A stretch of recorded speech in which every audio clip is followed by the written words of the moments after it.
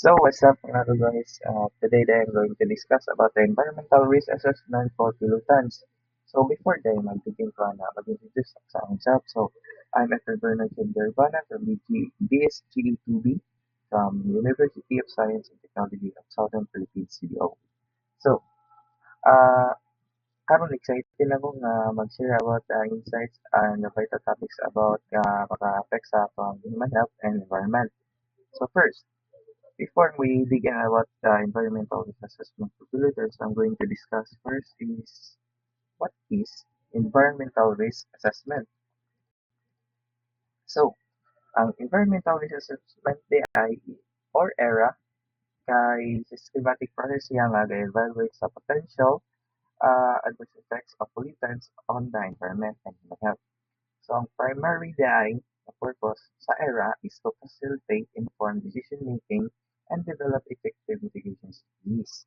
So, i-search dahil guys sa Google Scholar. According to PAMILI 2014 dahil, ang environmental risk assessment daw is critical siya sa process nga evaluate sa potential adverse effects of pollutants on the environment and human health. So, ang comprehensive approach niya is nag-involve siya identification, quantification, and characterization risk nga kuan uh, associated siya with various pollutants na nag-enable informed decision-making and the implementation of effective mitigation strategies. So, biligin na. So, dito na tayo sa environmental risk assessment for pollutants. So, unsa na yung environmental risk assessment for pollutants? Ang, ang environmental risk assessment for pollutants is nag-evaluate siya sa potential impact of different pollutants on the environment and human health. So, same ra gyapon which is nag-1 pero by analyzing factors such as toxicity, exposure pathways, and ecological sensitivity, this process helps to identify and manage risks associated with pollution. So, iligin na. So dito na ta sa key components. So, there are four key components sa ERA.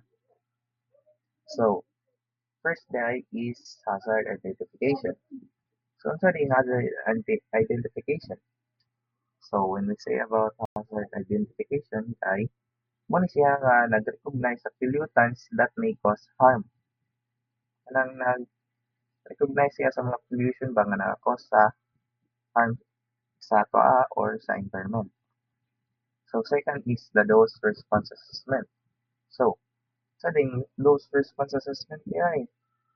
So, when we say dose response assessment, mo ni siya ang understand sa relationship between exposure levels and severity of effects. So, third is the exposure assessment. So, isa din exposure assessment ay friend. So ang exposure assessment ay is nag-estimate siya sa extent of human and ecological exposure to pollutants.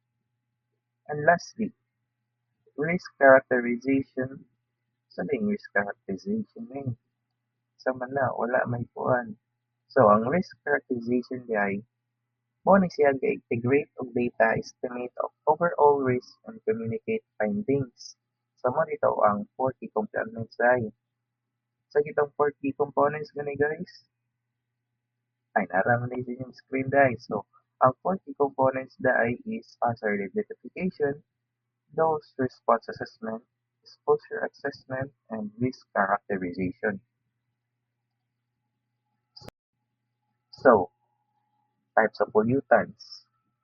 So, natay tulo ka types sa pollutants dai nga nakakos bitaw sa tuwa bitaw manong na ay environmental risk assessment for pollutants. So, mo ni ang mga types ng pollutants nga nakakos og harm sa atong environment ug sa atong human health. So, first is chemical pollutants. Unsa di nakakuan sa chemical pollutants di ay? So, kani siya nag-include siya og heavy metals like lead and mercury and industrial chemicals and pesticides.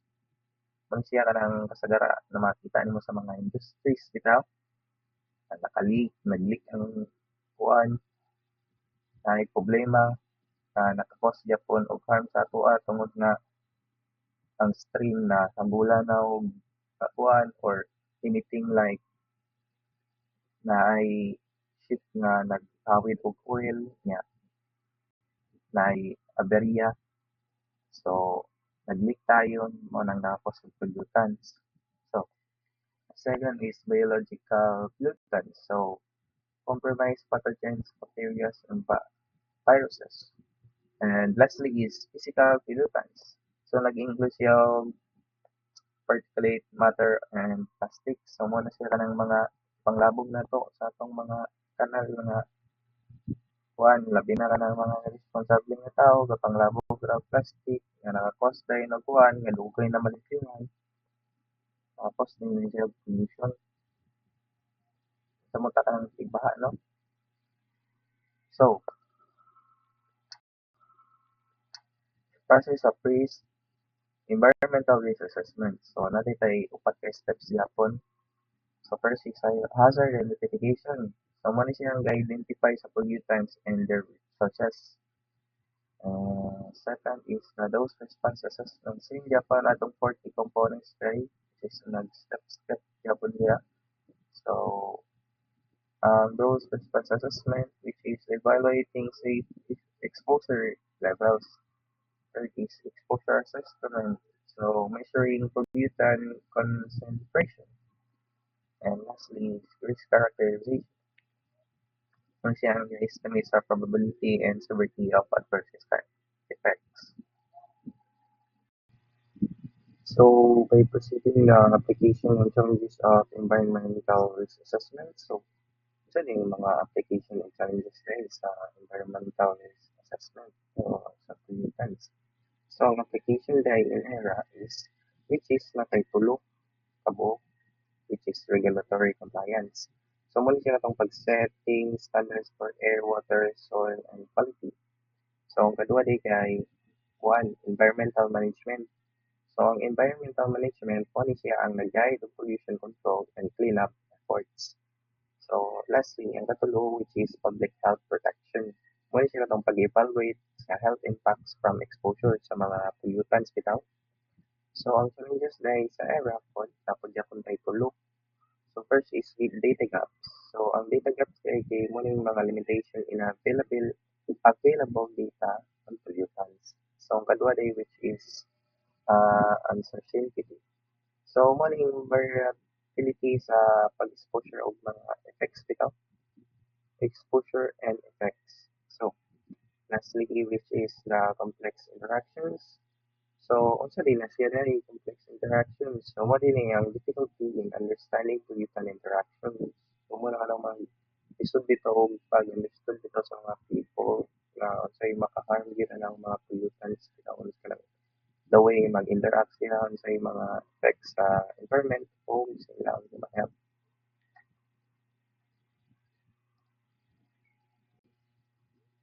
So, by furthering more of my topic, natin ko examples diri, example studies sa Philippines, mga case studies bitaw. So, natin tulo diri, nga gikan ako research, dihay. So, first is the Marinduque Mining Disaster. So, nakapamilya ba mo ani? Marinduque Mining Disaster. Feeling na ko wala kay mostly nahitabo ni siya atong 1996 March 24. So, based day sa Marinduque mining disaster, mo din siya ang worst disaster, environmental disaster dahil sa Philippine history. So, the tailings span, sa day kanang nakakuan din niya ni naka-trigger. So, a tailings span breach that caused heavy metal contamination, highlighting the need of improve of mining regulations. So, mo na ilang mga kuano. So, second, which is the Manila Bay Cleanup. So, sa Manila Bay Cleanup, nag-address sila of pollution from various sources, demonstrating the importance of the integrated monitoring. So, nakabantay bitaw mo sa news, no? Before pandemic, pandemic time, which is mukaw daw kay ang Manila Bay. Naging plastics, mga garbage bags, mga tapos sa pollution. Kanang ang tubig bitaw ay grabe ka kung daw. So, nag-implement si President PRD na ipa-clean up lagi daw. nag-address siya pa-clean up. So mo dito karon kabante bitaw mo sa Manday karon nga grabe bitaw kalimpyo. So mo na din siya. Sample na siya sa nga environmental risk assessment for Philippines. So third is the volcano eruption. So volcano eruption ano na-feel mo na siya no? So assess the impact of ash and gases emphasizing the need for effective disaster and preparedness. So dili ra bitaw kas nga butong sa volcano bitaw tapay in the year 1911 manatako which is ang namatay nga tao is approximately 1,300 plus. And tapos pag-uhay pod which is pandemic time na to nagbuto na pod. Ang nakakos niya na pollution which is nakakos siya pollution kay about sa sulfur dioxide dito niya or SO2 and other pollutants into the atmosphere. Itong nakakos niya bitaw or also called as VOG, volcanic smog. So, by proceeding to the next topic, ay, before day ko mag-proceed ay, mo di itong natabo di ko ng pag-mitigate bitaw Japon, pag-mitigate itong kabantay bitaw ka ang mga tao nagpalit og usok yung face mask sa mga time. Tas, sabi nilang kuhan aron ma-prevent bitaw nila ang katong pollution bitaw. So, that's all. By proceeding to the next topic, which is kanang what is the role sa mga engineer din sa era? Kasi na yung mga role sa mga engineer di ay like sino pang dapat buhaton bitaw? So ang role day sa engineers kay nakay tulo yapon nakay tulo nga role sa engineers which is the innovative design. Muna siya katong pag-develop sa clean technologies and pollution control systems itong paghimo nila mga kuano mga technologies nga maka-help prevent sa era or pollution mo ng pagkuha nila. And second is the monitoring, data monitoring. So, designing sensors and analyzing data for effective risk assessment. And lastly, which is the regulatory compliance. So, mo rin ilang pag-insert sa project meet environmental standards. Ano siya? Ano siya guys? Grabe hindi siya crucial na question. What are the important roles of global citizens in Iran? Unsa atong mga roles diri kita mga tao diri sa kalibutan? Nga atong mga roles. Lagi pa tayo roles oy para ma-prevent nato ang mga kuan contaminants like sa mga pollution. Unsaon nato pag-prevent nga ma kuan maalagmat ta. So dali tay mga role dai na tay tulo gyapon no which is the awareness. Uh, unsa di awareness din? Unsa di role day sa awareness sa kuan dai sa atong mga global citizen sa era. Unsa di mga role sa awareness kani? So mo dinhi siya. Ang awareness niya ay nag-educate siya sa nag-educate siya sa atoa and others about pollution. So, educate siya on sa mga cause ug harm sa atoang environment ug sa atong human health, no? Ug para pud ma-aware ta unsay mga kuan kanang mga kalabasan sa inana nga mga sitwasyon. So, second, which is the sustainable practices. Sustainable practices mo siya atong pag-reduce waste and supporting eco-friendly products. And lastly, which is advocacy. Unsa nila advocacy day? Kabantay ka ng mga campaigns nga nagkuan sila about sa unsa nila pag-prevent anang sitwasyon like pollution, like kanang say campaign sila about sa kanang paglimpyo sa mga sapa or unsaon nila pag contaminate itong mga leakage sa mga oil, unsaon nila pag-prevent.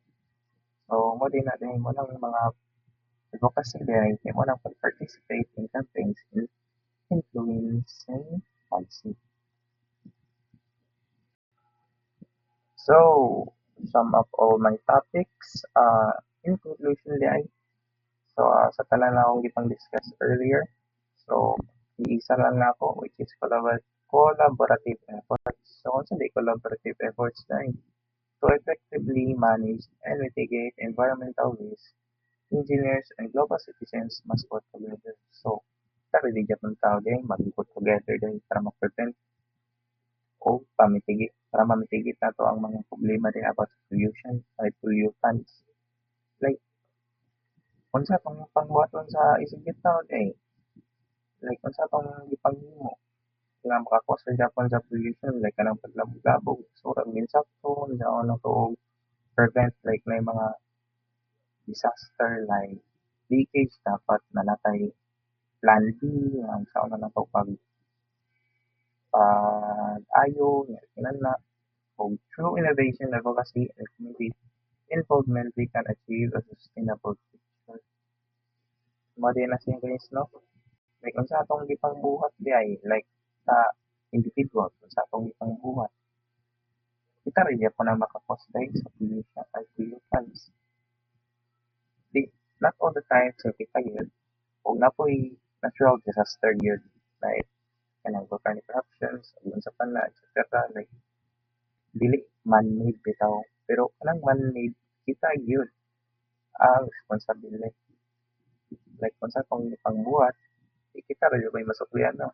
Dapat magbuhat ng insakto sa ato ang environment para po masuklian pa natong human health, no? So, that's all of my topic. I think this is the last slide. So, mao gyud ay mo na gyud ang last slide ay kato ganina. So, that's all. Salamat kayo sa inyong attention.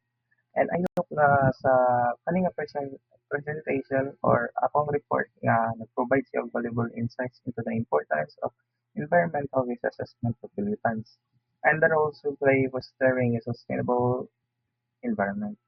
So, magtinabangay lang jud ta, magtinabangay ta aron mahimo ta og positive impact. So, that's the wrap.